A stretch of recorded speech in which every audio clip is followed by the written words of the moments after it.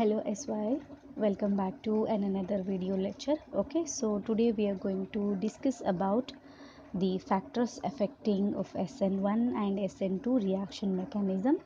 ठीक है, and we'll also discuss the SNI reaction mechanism भी discuss करेंगे आज हम लोग, और कुछ डिफरेंस बिटवीन भी डिस्कस करेंगे जो कि SN1 रिएक्शन और SN2 रिएक्शन के बीच में है. ठीक है, तो चलिए स्टार्ट करते हैं with the first topic, that is factors affecting in SN1 and SN2 reaction mechanism.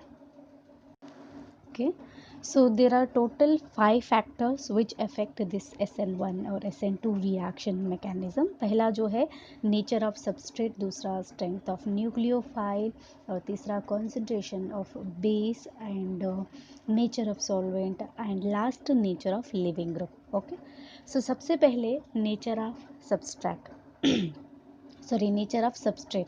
तो यहाँ पर क्या होता है, जैसे हम लोग प्राइमरी से टर्शरी अल्काइल हैलाइड्स से जाते हैं तो जो स्टेबिलिटी जो कि करेस्पॉन्ड करता है कार्बोकेटायंस या फिर कार्बोकेशन बोल सकते हैं, वो क्या हो जाता है, इंक्रीज होते जाता है. जैसे primary less than secondary less than tertiary. ठीक है, तो हेंस यहाँ पर क्या हो जाता है, tertiary halides they would prefer SN1 mechanism में.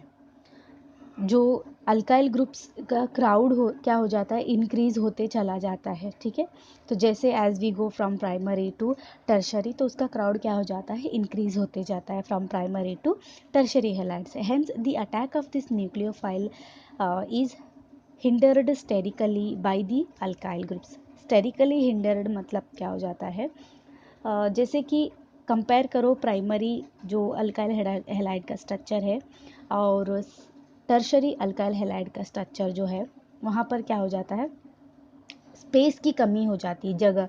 जैसे एक बेंच में अगर 3 जन बैठ जाएंगे तो वहाँ पर क्या हो जाता है, जगह की बहुत कमी हो जाती है. तो यहाँ पर भी क्या हो जाता है, किसमें, अल्काइल ग्रुप्स में क्या हो जाता है, जब भी अटैक हो जाता है न्यूक्लियोफाइल का, तो as we go from primary to tertiary वहाँ क्या हो जाता है, स्टेरिकली हिंडर्ड हो जाता है by this alkyl group.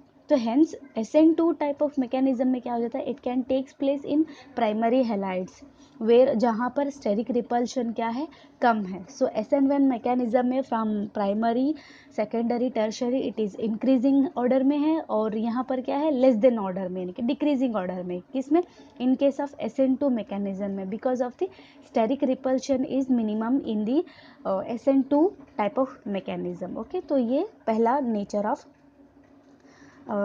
Substrate था. ओके, एंड नेक्स्ट जो है that is your strength of, very simple. इसमें नेचर ऑफ सबस्ट्रेट, ये जितने भी फैक्टर्स इफेक्ट है इसमें right those points whatever I have showed in the image. Okay, next second one, strength of nucleophile. See, in SN2 reactions the attack of nucleophile on the carbon atom takes place in the rate controlling step. Hence, strong nucleophiles are required to promote SN2 reaction. तो यहाँ पर क्या हो जाएगा, हमारे SN2 reaction mechanism में क्या है, ओनली सिंगल स्टेप है, राइट. तो वहाँ पर स्लो रिएक्शन और रैपिड रिएक्शन होता है, यानी कि एक ही सिंगल स्टेप में कोई भी इंटरमीडिएट फॉर्म नहीं होता. तो वहाँ पर रेट कंट्रोलिंग स्टेप है.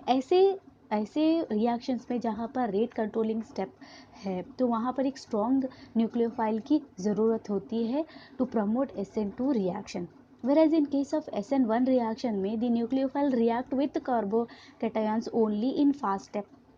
ठीक है, hence weak nucleophile जैसे कि water can also use in this SN1 reaction में. ठीक है, SN1 reaction में पहले क्या हो जाता है, step 1 reaction, उसके बाद step 2 reaction, ऐसा मतलब यहाँ पर rate controlling step नहीं है.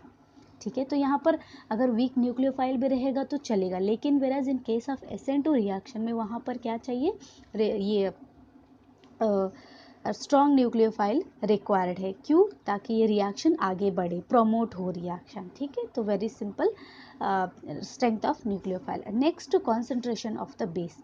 ठीक है, कॉन्सेंट्रेशन ऑफ बेस जैसे जैसे इंक्रीज होता है कॉन्सेंट्रेशन में, the base concentration of the base, the probability of the attack of base, यानी कि उसकी जो कैपेसिटी है अटैक करने की, OH- या हमारा base nucleophile on the carbon atom increases see, concentration base का जैसे इंक्रीज होता है उसकी कैपेसिटी जो यानी कि probability of attack of the base to the carbon क्या हो जाता है, इंक्रीज होते जाता है, ठीक है। हेंस ऐसे इसकी वजह से SN2 रिएक्शन क्या हो जाता है, इट इज़ फेवर्ड हो जाता है। Whereas in case of SN1 reaction में क्या हो जाता है, बेस जो है has to react with cations, उसमें क्या हो जाता है, डायरेक्टली अटैक करता है, हो गया, पर यहाँ पर क्या हो जाता है, पहले इसको कार्बोकैटायंस के साथ रिएक्ट करना पड़ता है, ठीक है।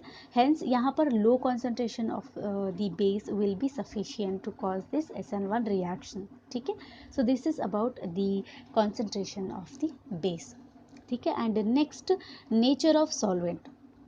नेचर ऑफ सॉल्वेंट यहाँ पर क्या है, the polarity of solvent has a marked effect on the mechanism of the reaction. The SN1 reaction involves the formation of carbocations which can be stabilized by the solvents through the solvation.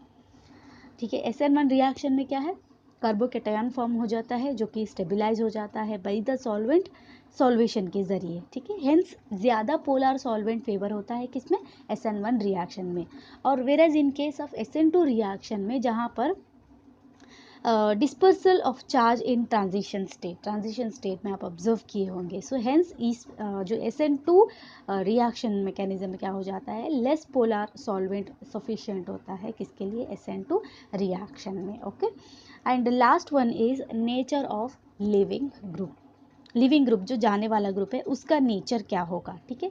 जब एक group attach होता है substrate के साथ विच डिपर्ट्स यानी कि वहाँ से निकलना, डिपार्ट्स यानी कि निकलना, अलॉन्ग विथ इलेक्ट्रॉन पेयर के साथ फ्रॉम दी मॉलिक्यूल, उसको हम बोलते हैं लिविंग ग्रुप। सबसे पहले लिविंग ग्रुप का डेफिनेशन याद रखो, a group attached to a substrate which departs along with the electron pair from the molecule is called the living group. See, nature of living group also decide the mechanism. ये जो leaving group जाने वाला group है वो भी decide करता है कि मैकेनिज्म के बारे में, ठीक है। So the basicity is one of the factors, जैसे कि weaker base is better leaving group है, ठीक है, weaker base is better leaving group है। एग्जाम्पल, हेलाइड्स जो है they are good leaving group as they are weak base, ठीक है। सो दूसरा फैक्टर ये है कि साइज ऑफ द ग्रुप। पहला फैक्टर क्या था, बेसिसिटी, और दूसरा फैक्टर ये है कि साइज ऑफ द ग्रुप। जैसे larger group will be better leaving group among halogens, जैसे कि iodine being the largest which act as a better leaving group, ठीक है।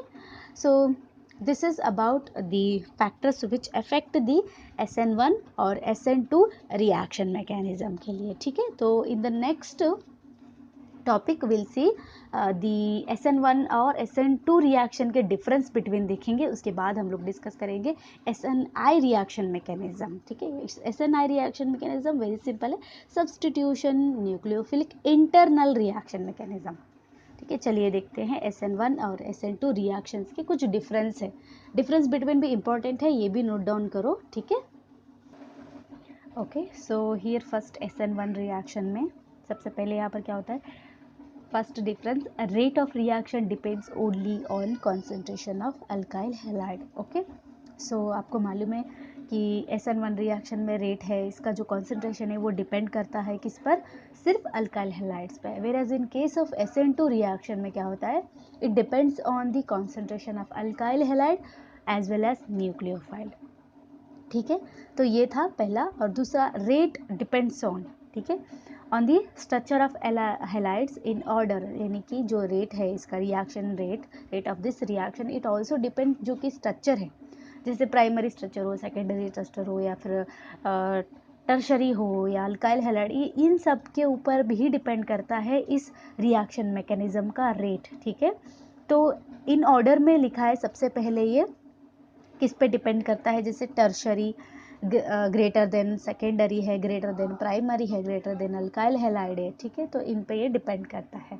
And in case of SN2 reaction में यहाँ पर क्या होता है, rate depends on the structure of halides in order, opposite order में, ठीक है। तो पहले alkyl halide which is greater than primary, which is greater than secondary, greater than tertiary, ठीक है। तो second one is also important. And third one, reaction is favoured by more polar solvent. मैंने factors affect में nature of solvent में बताया है, ठीक है। तो ये इस रिएक्शन में ये ज़्यादा किस में फेवर्ड है, मोर पोलर सॉल्वेंट में है, और SN2 जो है इसको लेस पोलर सॉल्वेंट की ज़रूरत है, किसमें, SN2 में, और SN1 में मोर पोलर सॉल्वेंट की ज़रूरत है, okay. And next, nature of leaving group does not affect position of reaction equilibrium, ठीक है। तो SN1 रिएक्शन में क्या है, जो लिविंग ग्रुप का नेचर है वो कुछ इफेक्ट नहीं करता उस रिएक्शन इक्विलिब्रियम पोजीशन को, ठीक है। And in case of SN2 में यहाँ इफेक्ट करता है पोजीशन ऑफ रिएक्शन इक्विलिब्रियम। कौन सा, नेचर ऑफ लिविंग ग्रुप क्या करता है, ये इफेक्ट करता है।